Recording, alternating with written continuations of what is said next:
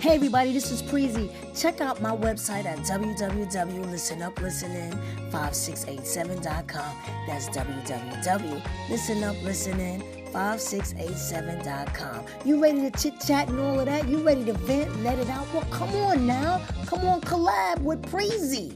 Come on and be on Listen Up, Listen In as a guest. Contact me at 718-354-8405. 718-354-8405. You can also contact me by email, listenuplistening5687@gmail.com. One more time, listenuplistening5687@gmail.com. Let's get it.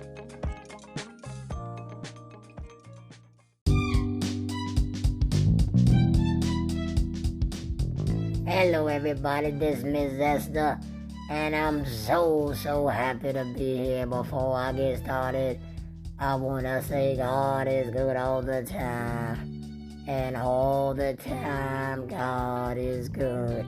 Yes, I will be talking about Black history. For just 15 minutes, I'm going to be talking about Black history, and I want to thank Preezy for allowing me to do it. I was supposed to be on Mondays, but I had to tell Preezy, you got to change that day, because that's the day I do bingo.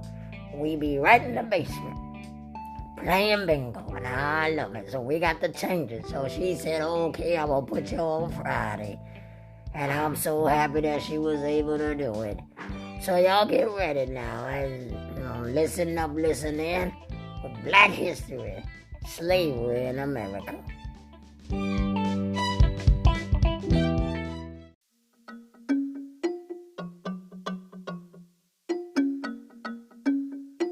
Tanya, you ready? Listen up, listen in. Listen up, listen in. Listen up, listen in. Listen up, listen in. Listen up, listen in. Thanks for tuning in. Let's have a conversation. Talking worldwide, it don't matter your location. What you going through and the topic may have relation. Let's get some motivation. Let's swap out education. Every Friday we heal, laugh, improve, and grow. Put some nutrients in your mind, give you food for the soul. I know you pumped and preparing for your weekend and low. Might as well join the discussion and tune into the show. Listen up, listen in. Listen up, listen in. Listen up, listen in. Listen up, listen in. Listen up, listen in. Hey everyone, thanks so much for tuning in to Listen Up, Listen In podcast. I'm your host, Preezy. Now before I start today's episode, I would love for you guys and gals to follow me on social media. Go to Instagram, Listen Up, Listen In 5687, and on Facebook, Listen Up, Listen In. You can also email me at listenuplistening5687@gmail.com. If you have any questions, comments, or concerns, by following me on social media, you'll be able to see all the platforms my podcast is on. Wherever you consume my podcast, hit the subscribe button so you can be notified when a new episode is posted. Rate, review, and share this podcast. Now let's get back to Listen Up, Listen In.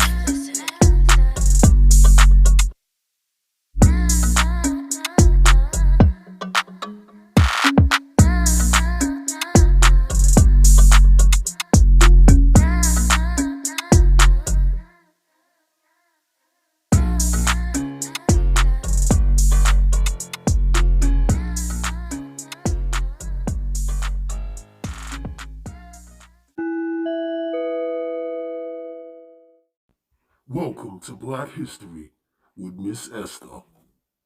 When did slavery start? Hello everybody, this is Miss Esther. Thank you so much for tuning in to Listen Up, Listen In on the history, topics, and stories. Slavery in America. It might be hard for some to listen to or to understand the information that's going to be read. But it's important that all listen to it. Let your children listen to it.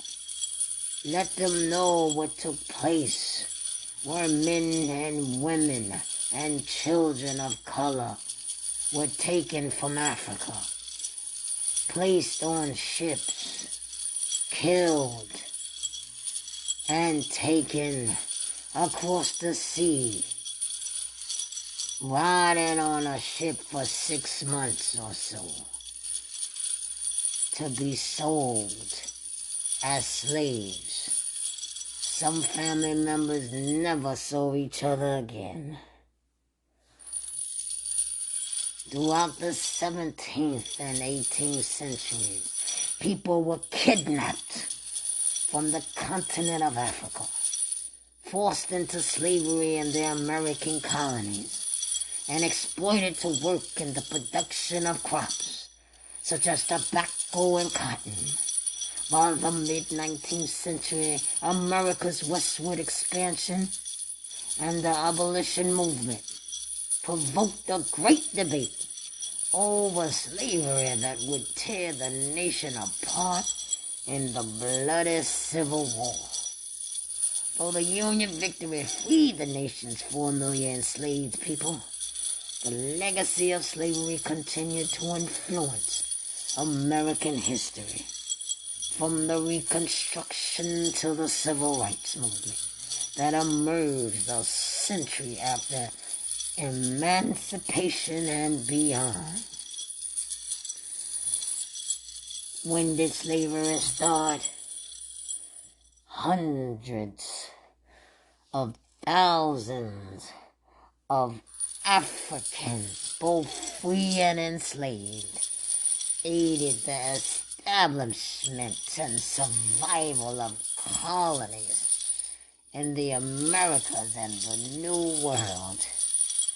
However, many consider a significant starting point to slavery in America to be 1619, when the privateer, the White Lion, brought 20 enslaved Africans ashore in the British colony of Jamestown, Virginia. The crew had seized the Africans from the Portuguese slave ships Sao Jawa Bautista.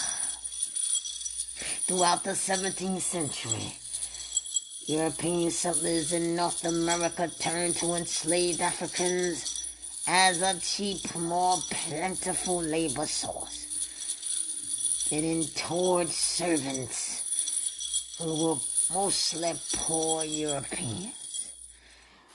Oh, Lord. Though it is impossible to give accurate figures, some historians have estimated that 6 to 7 million enslaved people were imported to the New World during the 18th century alone, depriving the African continent of some of its healthiest and ablest men and women. It was the last slave ship survivor, and we're going to talk about him. But now, to let you know that the 17th and 18th centuries enslaved Africans worked mainly on the tobacco, rice, and indigo plantations of the southern South and the southern coast, from the Chesapeake Bay colonies of Maryland and Virginia south to Georgia. After the American Revolution, many colonists, particularly in the North, where slavery was relatively unimportant to the agriculture economy, began to link the oppression of enslaved Africans to their own oppression by the British and to call for slavery abolition. But after the Revolutionary War, the new U.S. Constitution tactically acknowledged the institution of slavery, counting each enslaved individual as 3/5 of a person, for the purposes of taxation and representation in Congress, and guaranteeing the right to repossess any person held to serve or labor. It's sad what so many people went through. But now, I will play you a video clip. Life on a slave ship.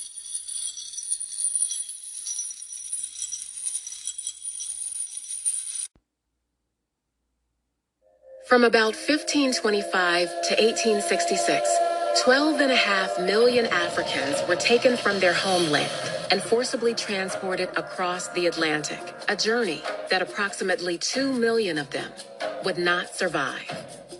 By the turn of the 18th century, European merchants were building vessels capable of transporting hundreds of enslaved people per journey. These ships had extra portholes for ventilation, weapons mounted on deck in case of rebellion, and additional compartments added below deck to take on more human cargo. Before boarding the ships at African port cities, enslaved people were stripped of their clothing and remaining possessions and had their heads forcibly shaved. During boarding, which could take weeks or even months, enslaved people lived on the deck of the ship in a temporary wooden house constructed by the crew. The crew also installed netting around the deck of the ship, designed to catch those enslaved who might opt for death over forced servitude. Once moved below deck, enslaved people would find themselves stuffed into compartments with ceilings as low as 4.5 feet, where they would spend most of their voyage. They were segregated by gender and age. Adult men were kept separately and shackled in pairs. Women usually left unchained in their designated compartment, and children often free to move about the ship. There were no sanitary facilities of any kind. Enslaved people were forced to relieve themselves where they sat, creating hellish conditions when combined with the heat and lack of ventilation below deck. Disease was rampant. Dysentery, malaria, yellow fever, smallpox, measles, and influenza ravaged the enslaved and crew members alike. The enslaved people generally spent about 8 hours a day above deck, but were still separated by gender, with a barricado, a reinforced wall that could be used to protect crew members in case of a revolt. Enslaved people were also subject to forced exercise, which sometimes included dance and song for the entertainment of the crew. Enslaved captives deemed disobedient were tortured and beaten, usually whipped with the especially cruel cat-o'-nine-tails, a tool designed to inflict maximum pain.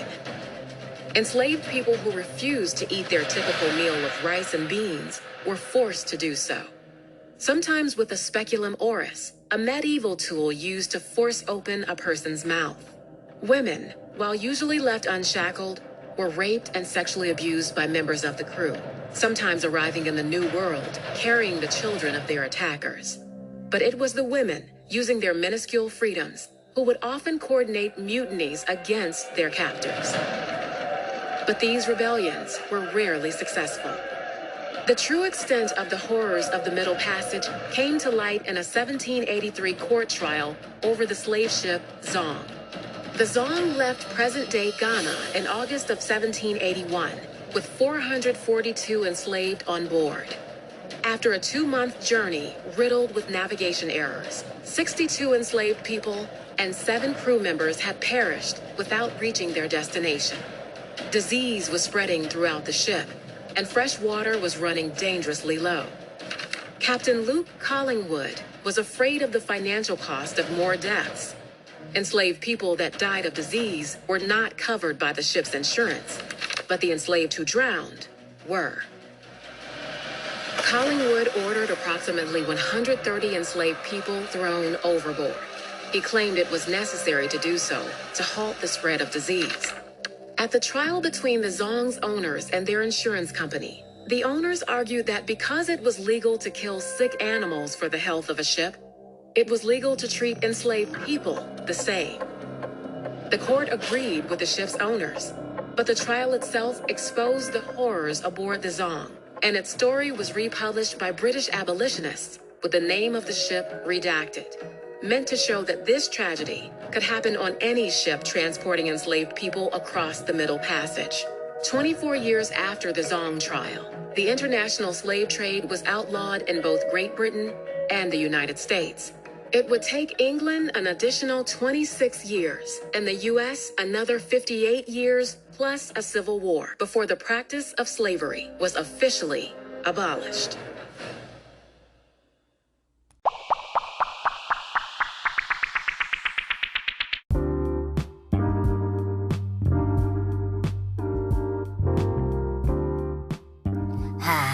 Thank you so much for tuning in, and I hope you learned something on this episode today.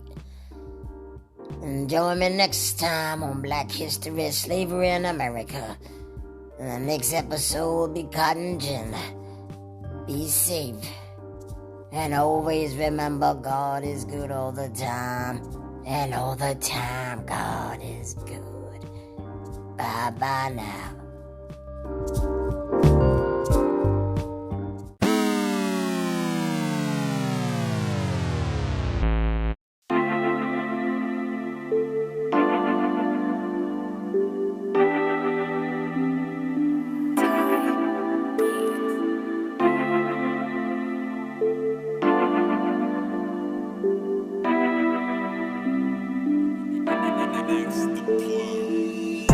That concludes this episode of Listen Up, Listen In with your host, Preezy. Hey, yo, Preezy, tell them how to keep in touch, baby. Go to Instagram, Listen Up, Listen In 5687, and on Facebook, Listen Up, Listen In. You can also email me at listenuplisten5687@gmail.com. If you have any questions, comments, or concerns, by following me on social media, you'll be able to see all the platforms my podcast is on. Wherever you consume my podcast, hit the subscribe button so you can be notified when a new episode is posted. Rate, review, and share this podcast. Listen up, listen in. Listen up, listen in. Yeah.